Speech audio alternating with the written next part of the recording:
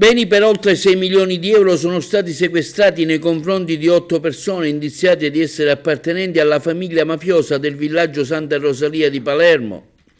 I finanzieri del comando provinciale hanno eseguito un decreto di sequestro di beni per 6 milioni di euro emesso dal GIP Claudia Bencivinni su richiesta della procura nei confronti di 8 persone accusate di essere appartenenti alla famiglia mafiosa del villaggio di Santa Rosalia, che rientra nel mandamento di Pagliarelli, e indagati per traffico di sostanze stupefacenti e per trasferimento fraudolento di valori aggravato dalla finalità mafiosa. I provvedimenti sono stati emessi nei confronti di Giovanni Cangemi, di 53 anni, Andrea Ferrante, 48, Rosaria Leale, 33, Francesco Maniscalco, 35 anni, Silvestre Maniscalco, 44, Rosario Manno, 57, Leonardo Marino, 34, Salvatore Sorrentino, 58 anni. Le indagini sono state condotte dal Nucleo di Polizia Economico-Finanziaria di Palermo, GICO, nell'ambito dell'operazione denominata appunto Villaggio di Famiglia, nel corso della quale sono state eseguite lo scorso 27 giugno 33 misure cautelari. Per 25 di loro era stato disposto il carcere.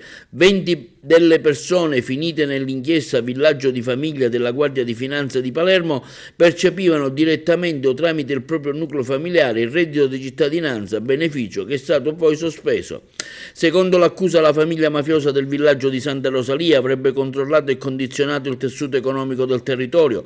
Nulla infatti sfuggiva, secondo gli inquirenti, dalla vendita ambulante di pane, con l'imposizione dei prezzi di vendita dei prodotti alla fornitura in regime di monopolio dei fiori attraverso una rete di venditori palermitani nei pressi del cimitero di Sant'Orsola e Santa Maria del Rotoli, che favorivano le imprese ragusane vicino ad esponenti mafiosi legati al clan dei Stiddari di Vittoria. L'apertura dei negozi avveniva dietro autorizzazione con l'imposizione di ditte tecnici per la realizzazione di lavori nei locali. La mafia controllava gli affari immobiliari, le aziende del settore edile, del movimento terra, ed era sempre pronta a dirimere controversie tra privati. Diversi affiliati tenevano la cassa dei soldi, riserve di denaro contante per poter assicurare il sostegno economico ai carcerati o a chi si trovava in difficoltà economica.